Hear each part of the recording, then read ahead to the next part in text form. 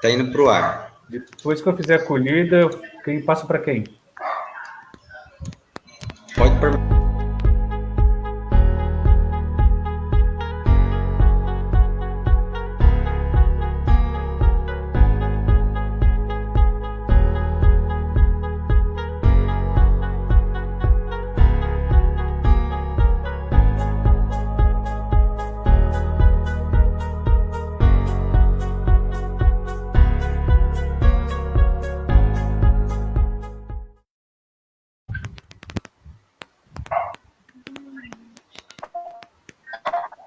Olá, boa noite. Boa noite. Todas. Sejam bem-vindos, bem-vindas para acolher aqui, em nome da nossa Secretaria Executiva, da Comissão Regional de Justiça e Paz, todos os integrantes e as pessoas que estão chegando e acompanhando e vão realizar esse nosso curso, que inicia-se hoje e vai acontecer toda segunda-feira, em 4 encontros, né? Toda segunda-feira na semana. Então, quero cumprimentar e agradecer aqui a participação de todos e de todas, acolher aqui e agradecer, né, o nosso Regional Oeste 1, que nos propicia, né, momentos e condições de reflexão sobre as diretrizes e o rumo que a Igreja nossa no Brasil nos orienta, né? Então, quais são as diretrizes colocadas aí nesse próximo período, né? Então, nessa linha que nós queremos conversar com vocês e apresentar esse curso que acontece a partir de hoje. Nós teremos aqui essa atividade, esse curso sendo ministrado pela dona Suzana e também pela dona Margarida, né? São pessoas que vão depois ser apresentadas aí para vocês e que muitos já conhecem. Porque está atrapalhando a internet. Então, e por que a Comissão Regional de Justiça e Paz essa atividade de formação? Nós queremos, nesse tempo que estamos vivendo atualmente, né, que exige de nós uma renovação de nossas forças, né? Nós, enquanto missionários, que para cumprir nossa tarefa cristã de anunciar a palavra de Deus, precisamos conhecer a nossa realidade e aí, a partir disso, a partir dessa palavra, né, promover a paz, superar a violência, construir pontos em lugar de muros. Os momentos atuais são difíceis, muitos muros têm sido construídos e a gente, com a nossa ação missionária, queremos estar convencer as pessoas a abrirem, né, e, através da evangelização, abrirem seu coração e construir essas pontes, oferecendo a misericórdia de Cristo, né, como um remédio para as pessoas, né, para que elas possam reacender a sua luz de esperança, vencer esse desânimo, principalmente agora, com esse momento de pandemia que estamos aí, né, já são mais de 250 mil vidas perdidas aqui no Brasil. E todos nós merecemos vacina, queremos vacina, e nós, enquanto missionários, precisamos fortalecer essa luta por vacina, né? Não podemos permitir essa ideologização da luta política na questão da vacina, enquanto muitas vidas são perdidas. Então, nós queremos dialogar nesse curso, nessa perspectiva, né, dessa construção de pontos, né, e anunciar o reino de Deus em plenitude. Então, agradeço ao Tiago, agradeço a dona Suzana, agradeço a dona Margarida, né? São pessoas com capacidade, um conhecimento muito grande que vão nos brindar aqui com o seu conhecimento. E antes de passar a palavra para elas, eu quero convidar cada um de vocês, cada uma de vocês que nos acompanha aqui pelo Facebook, para que a gente faça a oração, né, da campanha da fraternidade. A campanha da fraternidade que nos apresenta o diálogo, né, como um compromisso de amor. Então, vamos fazer essa oração da campanha da fraternidade, e aí depois nós já passamos aqui para as nossas palestrantes que vão nos falar um pouquinho da ação evangelizadora do Brasil 2019-2023. Então, convido a cada um a acompanhar comigo. Deus da vida, da justiça e do amor, nós te bendizemos pelo dom da fraternidade e por concederes a graça de vivermos a comunhão na diversidade. Através desta campanha da fraternidade ecumênica, ajuda-nos a testemunhar a beleza do diálogo como compromisso de amor, criando pontes que unem em vez de muros que separam e geram indiferença e ódio. Torna-nos pessoas sensíveis e disponíveis para servir a toda a humanidade, em especial aos mais pobres e fragilizados, a fim de que possamos testemunhar o teu amor redentor e partilhar suas dores e angústias, suas alegrias e esperanças, caminhando pelas veredas da amorosidade. Por Jesus Cristo, nossa paz, no Espírito Santo, sopro restaurador da vida. Amém. Sejam todos e todas bem-vindos e bem-vindas. Muito obrigado, Edivaldo, pela acolhida, né? Você que é o nosso diretor desse trabalho também, animador, secretário executivo da Comissão Regional de Justiça e Paz aqui do Mato Grosso do Sul. É muito grande, nós vamos partilhar essa noite com tantos irmãos e irmãs desse grande Brasil que vem também vivendo no tempo privilegiado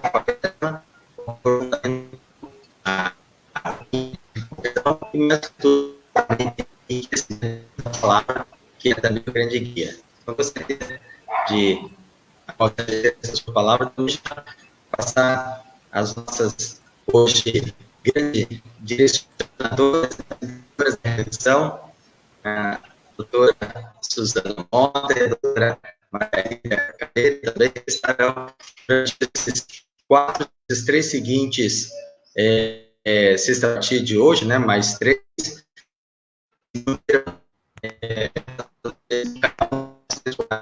aprofundando elementos tão importantes sobre a ação evangelizadora, sobre também a dimensão do nosso caminho de paz e justiça. Então, passo a palavra agora na voz da dona Suzana, da dona Margarida também. Boa noite a todos. Eu queria, em primeiro lugar, agradecer a iniciativa do Edivaldo, porque já fazia bastante tempo que a Comissão de Justiça e Paz estava tentando organizar uns momentos de estudo da doutrina social da Igreja e de outros documentos que são importantes para nós, e até agora não tínhamos tido oportunidade. Então, agradeço a confiança do Edivaldo na Margarida e em mim. A Margarida, ela disse que vai ser minha gandula, porque quando eu jogar alguma bola fora, ela vai segurar. E eu também agradeço o professor Tiago, porque se não fosse ele, a gente não conseguiria realizar isso. Essa parte técnica não é o nosso forte nem o nosso fraco, não é nada para nós, né? Nós não sabemos lidar com isso. E assim que a gente já está vendo que estão entrando algumas pessoas, e agradeço a participação e queria colocar todo o nosso esforço, a nossa tentativa de melhorar as relações entre os fiéis cristãos e todo o povo de Deus nas mãos de São José, porque o Papa Francisco escolheu este ano para ser o ano de São José, e ele, como leigo, pai de família, trabalhador, migrante, sem terra, tudo isso ele foi. E ele é o santo protetor da igreja. Então, esse pai José, que inspire a todos os pais da nossa igreja, aqui de Mato Grosso do Sul e dos outros lugares, porque essa é uma dedicação mundial que o Papa Francisco fez há poucos dias, e eu gostaria que todos tivessem essa presença paterna de São José. Margarida também vai dar o seu boa noite. Boa noite a todos e todas. Então, cá estamos nós, tentando cumprir uma tarefa que nos foi confiada, especialmente como aquela que disse São Paulo: ai de mim se não evangelizar. Então, nessa tentativa de passar um pouco do Evangelho, nós precisamos conhecer as diretrizes da nossa igreja, porque neste tempo de muita divisão que está acontecendo na nossa igreja, percebe-se nitidamente que um pouco é falta de conhecer as nossas diretrizes. Graças a Deus, a nossa igreja é formada pelo magistério, nós temos um magistério que nos conduz, né? Que nos ilumina por onde devemos caminhar neste mundo de meu Deus para tentar cumprir com a nossa missão evangelizadora. Então, queremos apresentar a vocês as diretrizes, porque tentando entendê-la um pouco, nós vamos conhecer e entender também o que está acontecendo pelo mundo e como nós podemos contribuir para que possamos diminuir um pouco as diferenças, as discrepâncias, as mazelas que nós vemos pelo mundo, porque foi isso que Jesus nos deixou como obrigação. Sejam todos bem-vindos e bem-vindas a este encontro. Bom, então a nossa preocupação no momento é apresentar esse documento que se chama Diretrizes Gerais da Ação Evangelizadora, mas não apenas uma leitura do livro, né? Esse livro que foi escrito lá em 2019, mas conciliar tudo o que diz ali com a última encíclica do Papa Francisco, que é Fratelli Tutti. Eu, lendo esses dois documentos, eu costumo dizer que a encíclica do Papa é como uma assinatura convalidando, referendando, autorizando todo o documento das diretrizes gerais da ação evangelizadora para os anos de 2019 a 2023. Então, embora as diretrizes sejam anteriores, o que o Papa diz não tem nenhuma palavra contra qualquer coisa que tem ali. Nós estamos atualmente vivendo uma certa polêmica por causa da campanha da fraternidade, mas a gente vai ver como isso está incluído nesses outros documentos. Não precisamos ter medo, precisamos confiar que a igreja é obra do Espírito Santo. Depende de nós sermos fiéis e dóceis a esse Espírito. Então, agora, entrando já diretamente no texto, né, o que nós vamos ver? Que o documento, ele pode passar, por favor, Tiago, mais um slide? Aqui nós temos uma foto da 57ª Assembleia Geral, que foi a mesma que elegeu o novo presidente, era arcebispo de Belo Horizonte, Dom Valmor, ele cercado dos outros bispos que estão que assinaram 400 bispos, mais ou menos. Então, nessa Assembleia foi aprovada a redação do documento Diretrizes da Ação Evangelizadora da Igreja no Brasil. Então, a primeira pergunta que nos cabe fazer é: o que são diretrizes gerais da ação evangelizadora? É isso que nós vamos poder acompanhar agora no próximo slide, que nos indica algumas características do texto. São 4 capítulos. 4 capítulos, aqui. 4 capítulos, sendo que tem uma apresentação inicial, os bispos, o presidente da comissão apresenta, depois tem uma lista de siglas, para quem não conhece as siglas dos documentos, tem um objetivo geral, que nós vamos ver logo em seguida, e uma introdução pequena. Então, nesses 4 capítulos, o primeiro é o anúncio do Evangelho de Jesus Cristo. O segundo, um olhar de discípulos missionários. Terceiro, a igreja nas casas. 4, a igreja em missão. E, finalmente, uma conclusão. Então, nesses 4 capítulos, compreendem 210 parágrafos que foram aprovados nessa Assembleia, em Aparecida, de 1º a 10 de maio de 2019. A Assembleia foi mais cumprida porque teve a eleição do novo presidente, mas a aprovação do texto foi antes do dia 10, e onde eu já disse 400 bispos. O que chama atenção, lendo todo o documento, são algumas palavras-chave que nos ajudam a descobrir qual é o centro da preocupação da igreja no Brasil.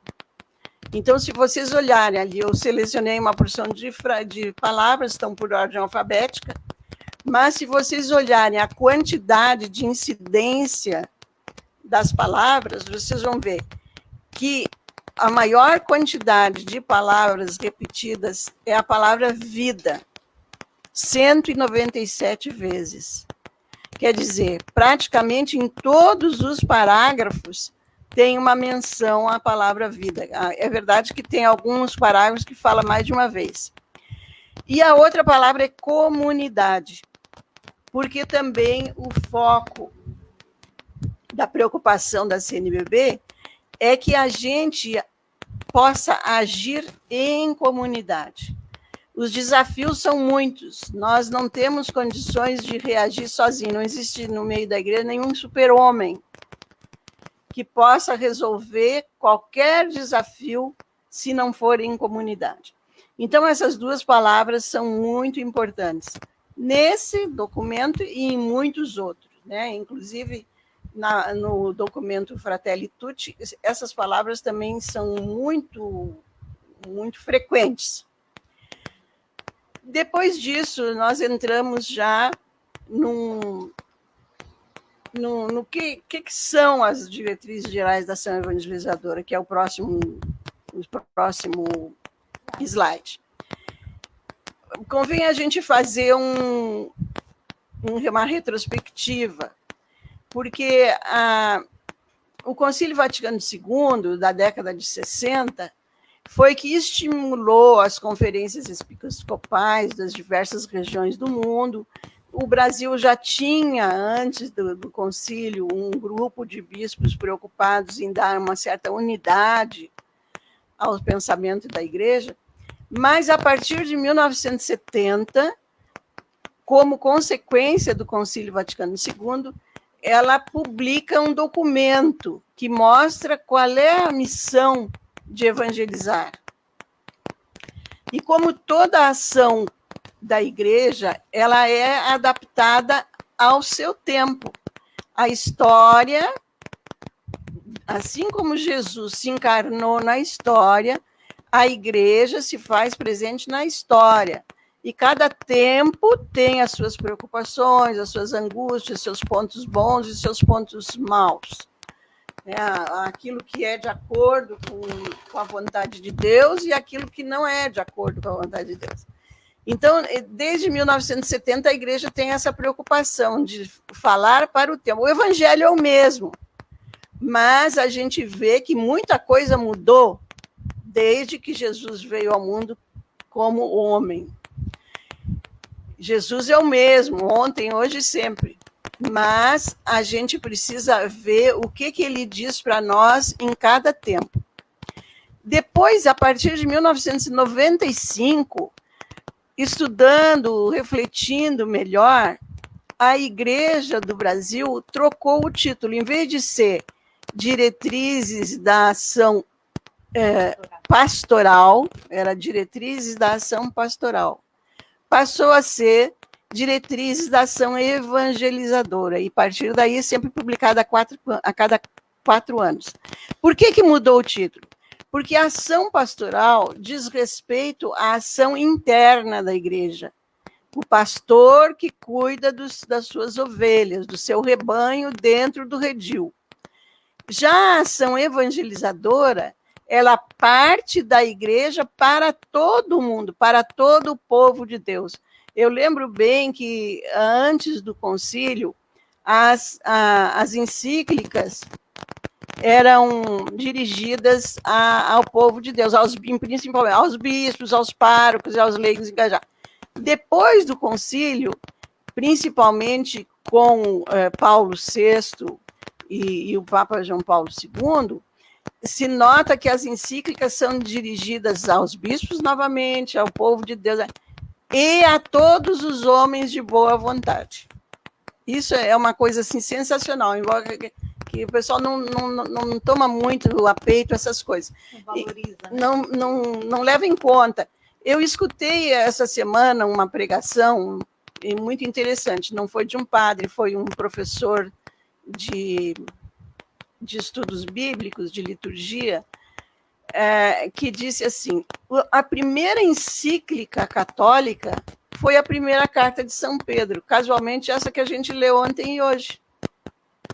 É a primeira encíclica. Aí o engraçado da coisa é que diz assim, e aquela, tal como todas as outras, é muito pouco lida e conhecida. Achei assim muito sutil a observação dele, porque realmente é isso. Parece que a primeira encíclica partiu já com essa característica que ia levar em conta em todo o resto das outras encíclicas papais, né? Encíclicas é uma carta circular para todo o povo de Deus. Então, essas diretrizes da ação evangelizadora de maio de 2019, ela percebeu o que se deve fazer para anunciar a palavra de Deus no mundo urbano de hoje. Então, vejam que o objetivo principal da ação evangelizadora é atingir a cidade, o mundo urbano. Porque diz assim, você quer ler? Sim. Aqui, o objetivo. Pode colocar o slide do objetivo? Objetivo geral. Então, vamos ver aqui o objetivo geral dessas diretrizes. Evangelizar no Brasil cada vez mais urbano, pelo anúncio da palavra de Deus, formando discípulos e discípulas de Jesus Cristo em comunidades eclesiais missionárias, à luz da evangélica opção preferencial pelos pobres, cuidando da casa comum e testemunhando o reino de Deus rumo à plenitude. Vejam, então, que fica bem claro que a igreja reconhece que o mundo está cada vez mais urbanizado. até uns anos atrás, havia muitos estudiosos que diziam, não, porque o evangelho foi pregado para as pessoas do campo, para os lavradores, mas não é verdade. O ambiente rural, o campo, ou mesmo as beiras dos rios, onde os pescadores iam, mas não era dirigido a pessoas da cidade, por isso que era tão pouco acolhido no mundo de hoje. Mas a gente estudando melhor os evangelhos e as cartas de São Paulo e mesmo Atos dos Apóstolos, vê que a igreja sempre foi centrada na cidade. Jesus caminhava muito, andava pelo deserto também, mas ele não pregava no deserto. Ele pregava para as multidões. Batista, né? Como João Batista. Ele pregava para as multidões, nas cidades, ele acusava as pessoas, ele ia nas casas das pessoas. Então, o mundo urbano de hoje, ele está se estendendo muito, porque com a facilidade de comunicação, tanto comunicação pelos meios de comunicação social, quanto pelos transportes, por causa das estradas e facilidade de viagens, as pessoas da zona rural ou da zona mais periférica, elas participam de tudo que a zona urbana faz. Todas as preocupações da zona urbana chegam na zona rural também. E, às vezes, na zona rural é mais difícil de enfrentar os problemas porque não tem os recursos que tem na cidade. Então, nesse Brasil cada vez mais urbano, mas que tem áreas rurais, que tem lugares periféricos, é preciso anunciar a palavra de Deus. De que jeito? Formando discípulos e discípulas de Jesus Cristo em comunidades eclesiais missionárias. Porque sem formação não é possível, a pessoa vai ser enganada. É preciso conhecer o Evangelho, conhecer a verdade que Jesus pregou, não o que alguns dizem, né? O que alguns dizem é muitas coisas. Então, em comunidades eclesiais missionárias, por quê? Porque o Evangelho não é para ser vivido dentro da igreja, ali também, mas ele é para ser anunciado para fora. O Papa Francisco fala muito nisso, uma igreja de portas abertas, assim como se entra, se sai. Então, ele prega muito essa igreja em saída, como a Margarida falou. Então, isso faz parte do objetivo das diretrizes. E, à luz da evangélica, opção preferencial pelos pobres. Muita gente estranha isso, mas Jesus tinha uma dedicação especial aos pobres, aos excluídos, pobres em todos os sentidos.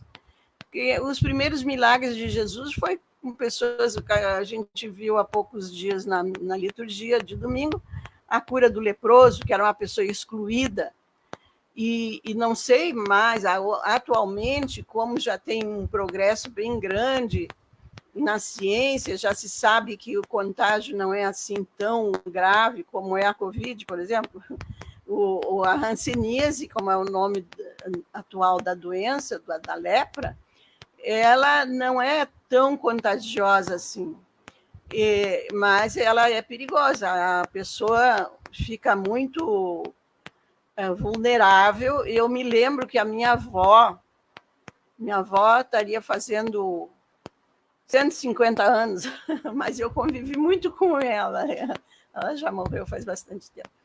Então, ela dizia que quando ela morava em Sorocaba, no interior de São Paulo, passavam os doentes leprosos com uma vara bem comprida de bambu, com uma latinha na ponta, e batiam um sininho, gritando, ajuda, ajuda, porque eles não podiam nem bater nas portas, eles tinham que ficar de longe, com aquela vara comprida, para as pessoas que quisessem colocar alguma coisa, um dinheiro, uma comida, ou mesmo água, não se contaminarem. Então, eu me lembro que a minha avó falava muito nisso, que era uma coisa que impressionou muito ela. Logo que ela se casou, ela foi morar lá.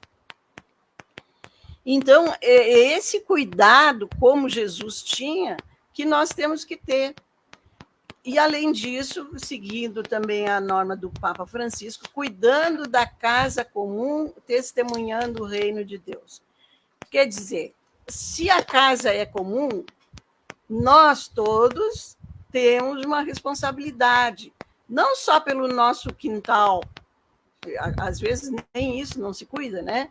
Mas também pelo quintal do vizinho, pelo quintal de todos, e por aqueles que não têm quintal também, né? Nós temos uma casa comum, quer dizer, o universo inteiro, o nosso planeta, testemunhando o reino de Deus rumo à plenitude. Este rumo à plenitude é que é a nossa esperança. Nós sabemos que o reino de Deus não acontece só porque a gente está fazendo direitinho tudo que Deus manda, mas é uma ação, iniciativa de Deus. É Ele que vai dizer, é agora. Não é só nós, não é só a nós que podemos contribuir, mas a nossa fé nos dá esperança de que Deus vai nos acolher todas as nossas orações e vai continuar nos beneficiando e fazendo com que a gente possa prosseguir, né? Logo em seguida desse objetivo, nós vamos ver um textozinho pequeno que é do primeiro parágrafo da apresentação, não tem número.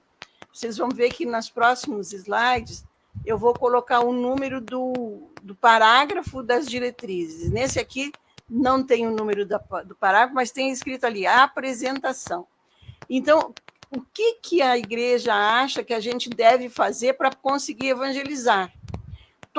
Toda vez que tem essa publicação das diretrizes, aparecem diversas exigências da evangelização, conforme a época. Então, eu lembro muito bem, porque eu tive um curso muito interessante da professora... Como é que eu me esqueci do nome dela? É lá de Brasília, que era assessora da CNBB, Cruz. O sobrenome era Cruz, da Mota Cruz, não me lembro o primeiro nome.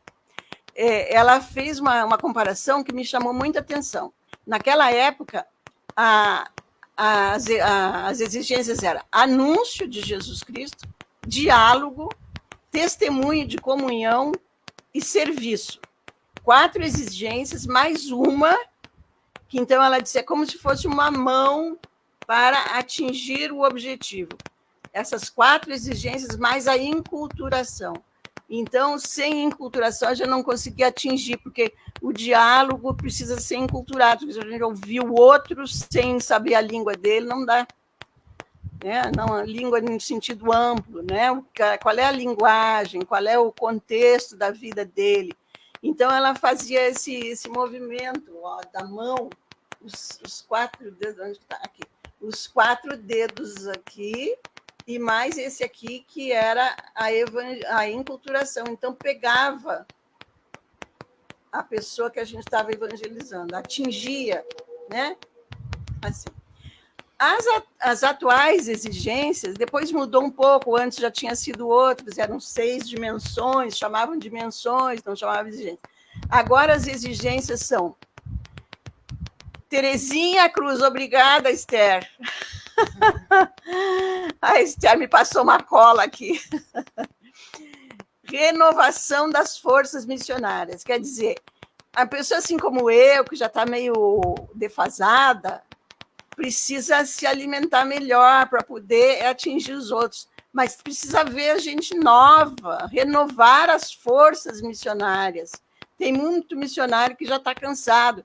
Esse ano eu tive a dor de sentir assim, a perda de 3 salesianos que foram muito importantes na evangelização do Mato Grosso do Sul. O padre Pascoal, que estava em Corumbá, ele foi sempre muito preocupado com a ação social da igreja.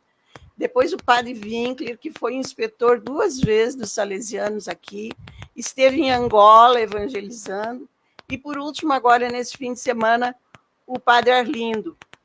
Então, é porque a nossa vida ela é efêmera. Qualquer hora, né, algum de nós não vai estar. Eu, provavelmente, vou ser a primeira pessoa mais velha.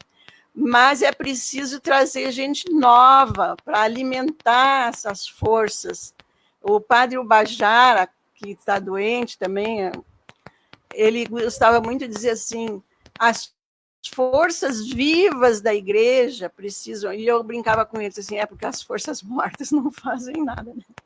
Então, as forças vivas da igreja precisam sair, abrir essas portas. Teve um ano, acho que foi 1983, por aí, que era a mensagem do Natal era abrir as portas para o Redentor. Me lembro muito bem que a gente fez um presépio bem bonito lá na paróquia onde eu trabalhava, que era com essa ideia, abrir as portas para o Redentor. Então, precisa abrir as portas para entrar gente nova, que depois vai sair para evangelizar. Segunda exigência, promover a paz, não ficar criando picuinha por causa de uma palavra, de outra, de um objetivo ou outro, alguma coisa que está incomodando, que pisa no seu calo, mas não pisa no calo dos outros. Então, promover a paz é uma exigência fundamental, e isso o Papa Francisco é mestre, né? Superar a violência. Onde não tem paz, é muito sujeito a ter violência. Põe sangue novo nas veias da sua igreja. Muito lindo, Tiago. Construir pontes em lugar de muros. Olha aí a campanha da Fraternidade da Oração que nós rezamos, aquilo que o Edivaldo falou, né? E oferecer misericórdia, não excomungar ninguém, não excluir ninguém, não acusar ninguém. Não é isso, não é por aí que a gente faz um encontro com Jesus, né? Oferecer a misericórdia para aqueles que precisam de misericórdia. E eu vejo uma coisa muito interessante, que nas missas a gente canta tanta coisa bonita sobre o amor ao próximo, sobre paz, tem até um refrão que se usa muito na oração do terço.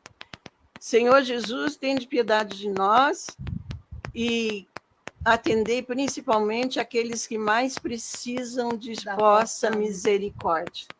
Todo mundo reza isso no terço.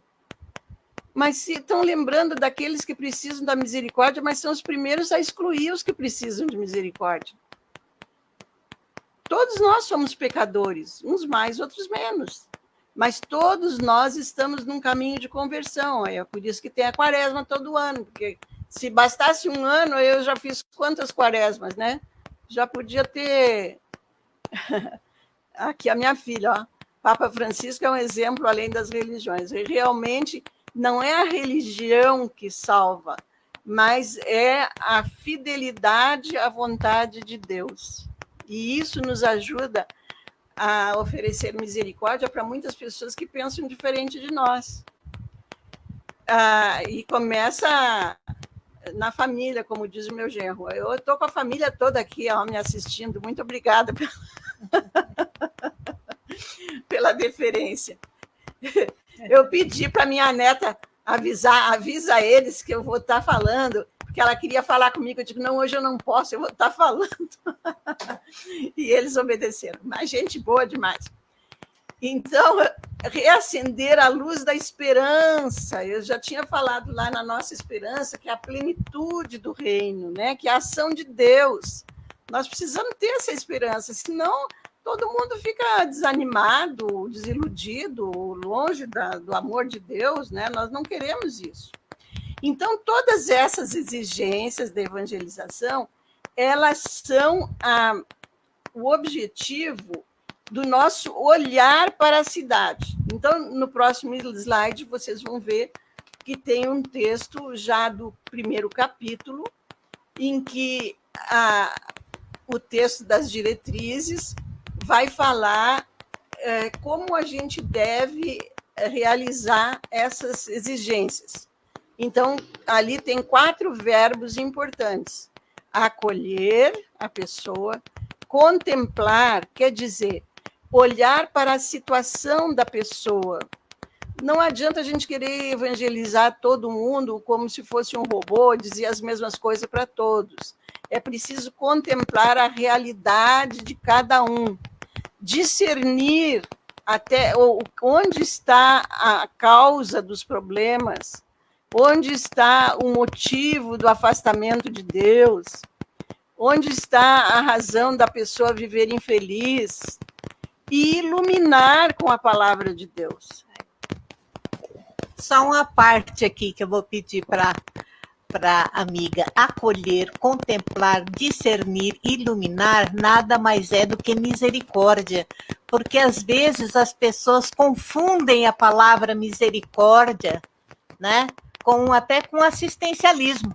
É isso que eu gostaria de chamar a atenção. Misericórdia é acolher, contemplar, discernir e iluminar o local, as pessoas, o lugar onde se vive. Primeiro, fazer isso ao redor onde nós estamos, em nossa casa, e depois estendendo isso para a cidade.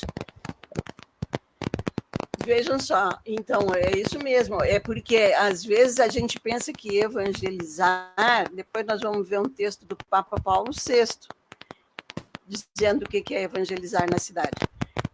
Lá, bem anterior ao Papa Francisco. Mas vamos ver esse slide aqui primeiro, que é dos números 11, 12 e 13 das diretrizes. Olha aí o Papa Paulo VI, depois eu entro lá. A Margarida vai ler. Lê, Margarida, por favor. Bom, palavras do Papa Paulo VI. Santo Papa Paulo VI. Evangelizar a cultura urbana não é pregar o evangelho, mas é chegar a atingir e modificar, pela força do evangelho, os critérios de julgar, os valores que contam, os centros de interesse, as linhas de pensamento, as fontes inspiradoras e os modelos de vida da humanidade. Ele escreveu isso no Evangelho Nunciante 19. Isso foi Evangelho Nunciante, é de 1975. Vejam bem. Então, ele já dizia isso, porque voltando ali ao texto, ao slide anterior, como a Margarida falou, muitas vezes as pessoas confundem. Então, em vez de acolher, iluminar, discernir, contemplar, eles querem impor o evangelho. Muitas pessoas querem impor à força uma religião, uma doutrina, um jeito de ser, né? Então, a nossa tentativa, seguindo desde Paulo VI e todos os papas que vieram depois dele, é que a igreja quer escutar as pessoas, né? Acolher é escutar, é compartilhar as suas alegrias, compreender a sua mentalidade, interpretar os contravalores. Tudo isso são coisas que a gente precisa ter em mente quando pensa em evangelizar. Não é principalmente assim, colocar... vocês todos que estão nos ouvindo certamente passaram por um período escolar em que era muito comum a gente ouvir na história do Brasil que os evangelizadores que vieram ficavam na beira do cais do porto, chegavam um navio com pessoas da África ou de outros lugares e mandavam eles escolher entre a cruz e a espada. Outro acredita, outro corta a cabeça. Isso é verdade. Mas isso não é evangelizar, isso é matar. Então, como é que a pessoa ia acreditar no evangelho se não conhece Jesus? Então, eles não faziam a primeira parte e já iam para os finalmente, né? Somos todos convidados a renovar a nossa decisão de formar comunidade e sair em missão. Então, aqui eu alterei um pouquinho o texto das diretrizes, porque essa primeira parte, toda ela é mais direcionada a quem está dentro da igreja, para quem já é batizado, para quem quer ser fiel a Jesus Cristo. Mas, como nós estamos falando para pessoas que não são católicas também, a gente pensou em colocar esse termo, nossa decisão de formar comunidade. Então, todas as comunidades têm uma missão. A própria Comissão Regional de Justiça e Paz, é uma comunidade de leigos, na maior parte, mas também tem religiosos, em que nós temos um objetivo comum de promover a paz. Então, vejam que essa nossa comunidade, ela precisa sair em missão. Isso nós estamos tentando fazer já há bastante tempo, mas hoje estamos dando um passo bem significativo.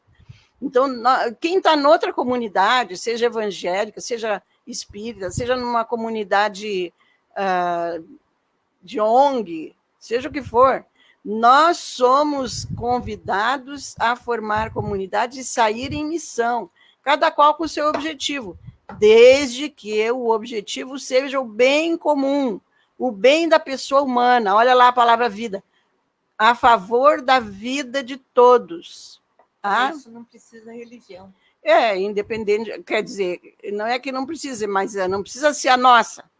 Eu penso que dificilmente uma pessoa consegue enfrentar todas as dificuldades do mundo de hoje, ou de antes também, sem Deus. Religião é um vínculo com Deus. Então, pode ser que o meu vínculo seja esse, que o vínculo de outro seja outro, mas que seja um vínculo de humildade, porque quem não é humilde não acredita em Deus. O que acha que foi filho de quê? De chocadeira?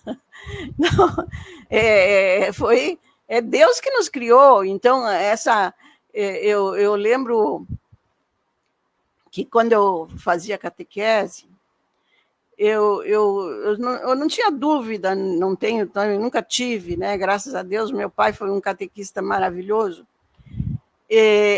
Eu lembrava sempre para os meus catequizandos: olha, eu acho que Deus foi tão bom comigo que me fez nascer numa família católica em 1946. Se eu tivesse nascido no tempo de Jesus, provavelmente eu seria judia, eu não seria católica, porque eu ia ser obediente ao meu pai e minha mãe, eu não ia querer trair a fé que eles tinham. Mas Deus foi tão bom que me fez nascer depois, não me fez nascer lá no tempo de Jesus. Bom, ia ser máximo eu ver Jesus, né?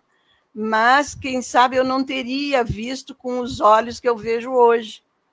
Então, a gente não pode acusar ninguém de ter uma fé diferente da gente, porque isso tudo depende de uma história de vida, depende de muitos fatores, depende também da graça de Deus. O que a gente pode fazer é aquelas pessoas que a gente mais ama, a gente quer que recebam o melhor. E o melhor é ter Jesus no coração. Mas se encaminham para outra realidade, não vamos brigar por causa disso, porque aí sim entra na questão da violência, da falta de paz, do desencontro. Agora, uma coisa bem concreta: o nosso agir não é indiferente diante de Deus e, portanto, também não o é para o desenrolar da história.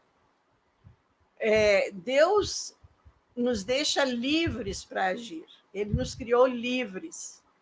Ele não é Deus que obriga alguém a ser católico ou ser outra coisa. Isso são os homens que obrigam, mas Deus não obriga ninguém, não obriga ninguém a se casar ou a ser padre, não, ele deixa a pessoa livre. E nessa liberdade, nós muitas vezes tomamos caminhos errados, como a guerra, o genocídio, a escravidão, a morte, o armamento, e a fome, a miséria. Então, esses fatos negativos, eles não são ação de Deus. O Covid não é ação de Deus. São ações... Poxa vida, já estamos aí. Estou vendo o tempo aqui. Mas a gente continua depois. A nossa ação é que determina o desenrolar da história. E, às vezes, acontece até que a coisa se torna tão terrível que Deus toma uma atitude: vamos parar por aqui, vamos mudar de rumo, porque esse povo... Ontem a gente leu a questão do dilúvio, né, na liturgia. Deus não se arrepende do que ele fez. Aquilo lá é uma força da linguagem, da compreensão que eles tinham naquele tempo. Mas Deus não muda a história. Quem muda a história somos nós. Vamos seguir rapidamente, só mais um pouquinho. Então, esse olhar sobre a cidade, nós já vimos o que o Papa diz. Agora nós vamos ver um olhar sobre a cidade. Tem gente que critica a cidade, que acha que ali só tem coisa ruim, é um lugar de perigo. Assim como o mar era um lugar de perigo para os judeus naquele tempo de Jesus, e agora é um lugar de prazer, é uma praia, coisa boa, viagem, a cidade também ela é bonita. Olha só quanto prédio bonito, que ruas bonitas, que iluminação maravilhosa. Mas também é um lugar feio, porque tem gente que não mora bem, que está morando num lugar que não é digno de uma pessoa humana. E ali tem lixo, tem miséria, tem fome, tem tudo que Deus não quer. Então, o mundo urbano tem esse contraste. Por que as pessoas vão morar ali, num lugar tão ruim, tão poluído? Porque tem que ficar perto do trabalho. Depois ficam se acumulando, e depois esses ajuntamentos, um monte de gente, não tem espaço para todos. E aí cria-se favelas, cria-se congestionamento de trânsito, dificuldade de circulação. Tudo isso é fruto de uma realidade que está aí para a gente tentar mudar, transformar. É essa a nossa missão. Eu não digo que talvez um dia, quando um pouco antes de chegar à plenitude dos tempos, não exista mais favela, morte, miséria, fome, né? Doença. Mas, por enquanto, sempre, como Jesus disse, pobre sempre haverá entre vocês. Mas, desde que a gente não deixe que esse pobre perca a vida por causa dessa pobreza. Sua dignidade. A dignidade do ser humano, bem lembrado, Margarida. Porque ser pobre não é pecado, mas estar vivendo numa situação de indignidade não é o pecado da pessoa que está vivendo assim, é pecado de quem deixa ele viver assim. Então, eu sei que o tempo está começando a chegar ao fim, né, Tiago? E nós ainda temos... Eu vou só chegar mais um slide para caracterizar essa cultura urbana, o slide número 11. Ele é um estilo de vida e que está indo, eu já mencionei um pouquinho isso, que está indo cada vez mais atingindo as realidades do campo rural, né? E isso traz consequências, prejuízos, digamos assim. Prejuízos para o ser humano, para as relações de ética, relações sociais, relações tecnológicas, ambientais. Então, aqui, por exemplo, é muito fácil da gente verificar que é uma dessas consequências que nos tocou muito nesses dias, que foi a dificuldade das crianças que estavam com escola virtual terem acesso à tecnologia. É um recurso para não poder se aglomerar, para não estar presente com contágio do Covid, mas nem todos têm acesso a essas tecnologias. Então, isso é como o texto vai depois colocar, nós vamos ver, precisamos discernir entre luzes e sombra. Então, a cidade tem luzes e tem sombras. Luzes são as coisas boas, aquilo que promove a dignidade, a liberdade, a cultura da pessoa. E tem sombras, que é aquilo que deprime, que esconde a beleza do ser humano. Retira a sua dignidade. Retira a sua dignidade. E isso produz um efeito cascata, digamos assim, ou dominó. Onde tem uma pessoa com a dignidade ferida, aquilo pode ir se expandindo, se reproduzindo em outros lugares. Eu penso que a gente pode deixar para a próxima semana, eu vou tentar falar menos. É um texto interessante do Papa Francisco, então não está aqui, não é agora, mas a Margarida vai ler. É no slide... Deixa eu achar. É no slide 14. É isso? É. No slide 14, se tu conseguir colocar, Tiago. Depois nós vamos voltar atrás, na próxima semana, para mostrar o que são os desafios da cultura urbana, onde estão as luzes e onde estão as trevas. Vamos escutar aqui o texto do Papa Francisco na Fratelli Tutti, porque o nosso objetivo é colocar a Fratelli Tutti dentro das diretrizes. Todos temos uma responsabilidade pelo ferido, que é o nosso povo, e todos os povos da terra. Cuidemos da fragilidade de cada homem, cada mulher, cada criança e cada idoso, com a mesma atitude solidária e solícita, a mesma atitude de proximidade do bom samaritano. Papa Francisco, Fratelli Tutti, 79. O Papa Francisco ele escreveu essa encíclica assim, tendo como pano de fundo o episódio do Bom Samaritano. E, então, é por isso que tem essa referência ao Bom Samaritano. Todos os primeiros capítulos são relacionados com a ação do Bom Samaritano.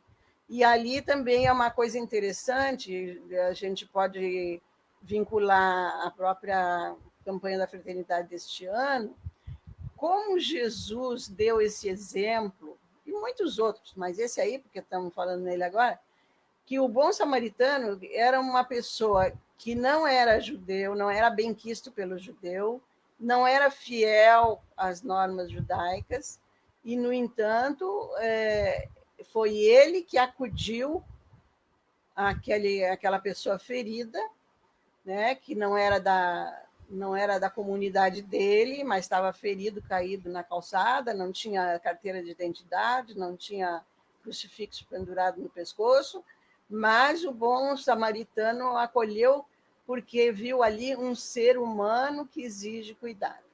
Teve compaixão. Teve compaixão.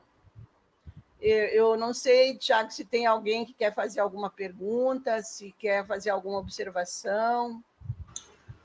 Estamos abertos. O pessoal tem comentado algumas informações aqui, né, assim, mas primeiro, assim, parabenizando bastante os empenhos, né, mas assim, acho que até uma reflexão talvez pode direcionar para nós, a gente pensar, que eu até proponho, essa visão, embora a senhora falou uma coisa bem interessante, né, dessa proposta da evangelização, que, na verdade, a missão da igreja, ela continua com um olhar dentro da urbanidade, digamos assim, para a cidade. Porém, a cidade mudou muito. Por exemplo, quando a gente lê o próprio texto do Papa, do São Papa, perdão, a gente confunde todas as coisas, né? Vamos falar do Papa João Paulo II, ele coloca um elemento lá na igreja e internet, ele começa a falar, por exemplo, diante dessa modernidade, ele usa até uma expressão, né? Os novos areópagos, né? Falando da internet. É uma característica que, por exemplo, ainda hoje vem transformando a sociedade. Vendo isso, dona Suzana e dona Margarida, assim, quando, diante dessa proposta de um olhar, né, com uma característica urbana, existem propriedades dessa evangelização que são peculiares por conta de, por exemplo, fatores como esse hoje, por exemplo, as redes sociais, a força da internet, ou mais do que tudo, esta interferência na nossa vida, dessas ações para encontrarmos Jesus, né? Porque o evangelizar é exatamente encontrar Jesus, ou de convidar a encontrar Jesus. A senhora acha que essas intervenções, essas mudanças, essas interferências dessas maneiras de viver também cria novas mudanças, ou cria alguma mudança na evangelização? Olha, professor Tiago, eu penso assim, sempre a história, ela nos ensina muita coisa. E para não ter que ir lá no tempo do dilúvio, que aí eu tinha umas amigas minhas que diziam que eu tinha o barro do dilúvio ainda no meu pé, porque eu era muito velha, que eu tinha pisado no barro do dilúvio, eu vou ficar mais recente, assim, lá pelo século passado. A igreja sempre teve um problema com as novidades, né? Então, houve época em que a igreja não gostava da imprensa, que não gostava de livros, não gostava achava que isso ia dificultar a evangelização, ia causar problema, que a imprensa divulgava coisas muito ruins, os jornais, até que, olha, santos como São Maximiliano Kolbe, São João Bosco, se utilizaram da imprensa, criaram jornais, revistas para divulgar o evangelho. Mas havia uma certa rejeição. Eu penso que, olha, tantas coisas que a gente não tem capacidade de avaliar, porque não é do nosso tempo, né? Mas como isso é uma coisa assim do século passado, não é tão longe assim de nós, a gente pode... A igreja sempre teve medo de coisas novas que ela ainda não sabia contemplar com os olhos de Jesus. Então, nós não podemos ter medo. Assim como hoje em dia tem fake, tem notícias ruins, tem mentiras, tem escândalos, tem pornografia através dos meios de comunicação social, todas essas coisas tinha também antes, nos jornais, nas revistas, na imprensa marrom, nessas revistas de mau uso, revista pornográfica mesmo, e outras coisas, publicações contra Deus. Está cheio, as prateleiras das bibliotecas está cheia disso, das livrarias, revistas, jornais, livros de capa dura ou capa mole, não interessa. Mas a igreja não se deixa dominar por isso. Deus é maior. Se nós estamos conscientes de que Deus está conosco, que o Espírito Santo determina as ações da igreja, nós não precisamos ficar com medo, vamos fazer a nossa parte. O que nós não podemos fazer é tirar o cavalinho da chuva e deixar a chuva chover em cima de todo mundo. Nós vamos continuar dentro dos meios de comunicação modernos, porque o Papa faz isso, o Papa João Paulo II também já fazia, e isso é um meio. O meio não é bom ou mal. Bom ou mal é o uso que se faz dele. Então, o meio eletrônico tem uma vantagem fabulosa. Imagina, nós estamos em plena pandemia, nós não poderíamos reunir, aqui não sei quantas pessoas já estão participando dessa live, nós não poderíamos estar, ainda teria, se a gente estivesse junto num grupo de 20 pessoas, permitido, tinha que estar de máscara, tinha que estar com uma porção de outra. Nós estamos aqui em casa, né? Nós temos que considerar que a pessoa pode fazer bom uso. Vamos ver, Margarida. Não, eu me lembrei daquela frase, não sei nem a passagem bíblica, que diz acolher o que é bom e soltar o resto, como é que é a frase? Eu acho que do meio de comunicação, nós temos que fazer uso, saber escolher aquilo que é bom e o resto é o resto, né? Quem quiser fazer uso do que não é bom, o problema é dele, né? Nós temos que, sim, cada vez semear mais coisas boas, que é para ver se a gente suplanta as coisas ruins, né? E até nem criticar as coisas ruins, porque isso desperta mais curiosidade ainda, isso faz crescer ainda mais. Então, se a gente acolher o que é bom e deixar o resto, não temos nenhum problema. Está na hora, Tiago, dá para fazer uma oração de encerramento? Nós escolhemos aqui uma oração da Fratelli Tutti, que também está muito relacionada com a campanha da fraternidade deste ano. Primeiro, eu quero saber se tem alguém ali que quer fazer algum comentáriozinho, finalzinho agora, porque nós estamos abertas, né, para ouvir o que é que vocês têm. Ouvir tudo é ficar com o que é bom. Isto. Muito obrigado, Diácono. Tá. Então, se não tem mais nada, nós vamos encerrar este momento e já vamos renovar o convite para amanhã, que os slides melhores e mais chamativos vão ficar para amanhã para amanhã não, para o próximo encontro, né, na segunda-feira. Eu já estou querendo. Pena que não é amanhã, mas... Pena que não é amanhã. Eu já queria passar isso logo. Mas para não ficar cansativo, nós escolhemos uma vez por semana. Mas as pessoas que estão nos ouvindo e que vão convidar outras pessoas a se juntar a nós, pode fazer sugestões. Vamos fazer todos os dias. O Edivaldo está avisando que é dia 1º de março, às 19 horas, né? Mas se o grupo que está nos ouvindo, que está conosco, quiser fazer todo dia para passar isso mais rápido, nós estamos dispostas. Então, vamos lá.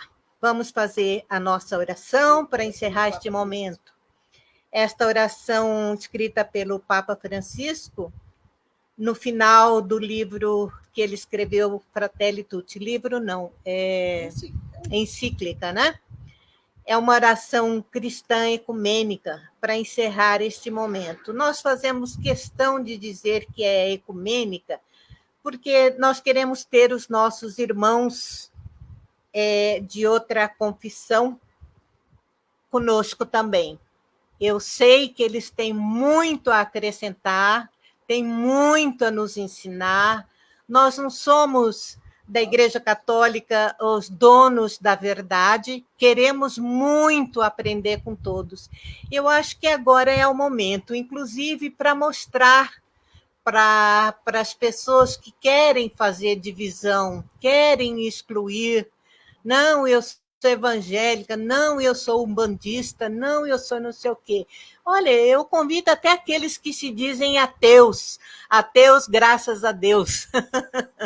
Então, neste momento, vamos elevar o nosso pensamento a Deus, agradecer por este dia, por este momento de reflexão, que Deus frutifique as nossas palavras, porque não somos nós, é Ele que nos utiliza. Deus nosso, Trindade de amor, a partir da poderosa comunhão da vossa intimidade divina, infundi no meio de nós o rio do amor fraterno. Dai-nos o amor que transparecia nos gestos de Jesus, na sua família de Nazaré e na primeira comunidade cristã. Concedei-nos, a nós cristãos, que vivamos o Evangelho e reconheçamos Cristo em cada ser humano, para o vermos crucificado nas angústias dos abandonados e dos esquecidos deste mundo, e ressuscitado em cada irmão que se levanta. Vinde, Espírito Santo, mostrai-nos a vossa beleza refletida em todos os povos da terra, para descobrirmos que todos são importantes, que todos são necessários, que são rostos diferentes da mesma humanidade amada por Deus. Amém. Então, eu peço desculpas por ter extrapolado o horário, mas vocês estão segurando as pontas aí. Obrigada. Vou falar menos da próxima vez. Tá certo, tem a introdução que foi descontada, está sendo britânica. Bem. E a gente, quero, antes de passar a palavra para o Edivaldo, agradecer imensamente essa contribuição e deixar um aviso a todas e a todos que nós vamos manter na segunda-feira que vem e nas demais, fechando os 4 roteiros, e é um momento para a gente também convidar as pessoas, com belíssimas explicações, assim, esse privilégio né, que nós temos de ter pessoas tão bem aprofundadas, né? Eu sempre, quando eu me reencontro com a dona Suzana, eu tenho um carinho muito grande, né? Porque lá atrás, a gente não vai falar as idades, né, dona Suzana? Assim, porque a gente não... O pessoal acha que a gente tem passo-tempo, nós não temos isso, né? Mas eu tenho, assim, um carinho que lembro mais de quase 20 anos, né, de contato, com as primeiras experiências, né, assim, desde o contato com o próprio Daniel, filho, né, com essa qualidade também, desse aprofundamento, né, e só para destacar, porque alguns ainda não sabem, a dona Suzana é uma leiga, né, que fez com que, assim como a dona Margarida, que fez da vida, né? Está aqui também o Edivaldo, que faz parte desse, que eu quis aprofundar, que não deixa, né, esses momentos da própria vida, da própria fé, se tornar, né? Faço essa, se me permite, dona Margarida, esse adendo, exatamente para dizer que a nossa fé, ela tem muito da vida litúrgica, celebrativa, né, das práticas de piedade, mas ela também tem esse momento da ratio, né, fide et ratio, né, já dizia as expressões, inclusive, do próprio, de algumas encíclicas e da tradição histórica da igreja. Bento XVI. Exato. Né? Então, assim, a gente precisa também descobrir esse momento Acho que é do João Paulo II. João Paulo II, né? Mas o Bento XVI... né? Eu lembro bem, né, do jogo de palavras, mas para dizer, né, a gente precisa também viver esse momento, né, aprofundando a nossa fé. Então, é um convite que eu reforço na próxima segunda-feira, às 19 horas, convide, né, as pessoas, nós vamos nas redes sociais colocando, e se tiver alguma dúvida, alguma contribuição também, quiser usar o nosso Facebook aqui da Comissão Regional Justiça e Paz, né, pode mandar no privado alguma pergunta, alguma dúvida, né, e também tem aí o link para inscrição. Com essa inscrição, a gente também faz o contato para outros momentos, importante contribuição, ou vincula também algumas das contribuições, né? Divaldo, quer fazer desculpa, sim, dona Suzana, por favor. Eu lembrei uma coisa aqui, porque vocês talvez tenham sido pegos de surpresa, assim, para tratar de uns assuntos tão denso como esse, mas se alguém quiser aproveitar essa semana para dar uma lida, ou nas diretrizes, ou na Fratelli Tutti, ou outro documento, e quiser perguntar ou contestar alguma coisa que eu falei meio fora da casinha, aí vocês têm uma semana para mandar perguntar, ou perguntar na próximo encontro, ou perguntar durante a semana através do site, tá bom? Tá certo. Aí tem, né, aí no nosso... na chat, daí as inscrições também interessante, né? Cada um também fazer inscrição, marcar também nesse processo aí também de grande evangelização. Edivaldo? Só um instantinho, vamos interromper você, que virou, né? Dona Suzana, não é só a família da senhora que está aí, não, tem também da minha família, né, participando. Eu vi. Mamãe está aí também, e alguma tia também. Edivaldo.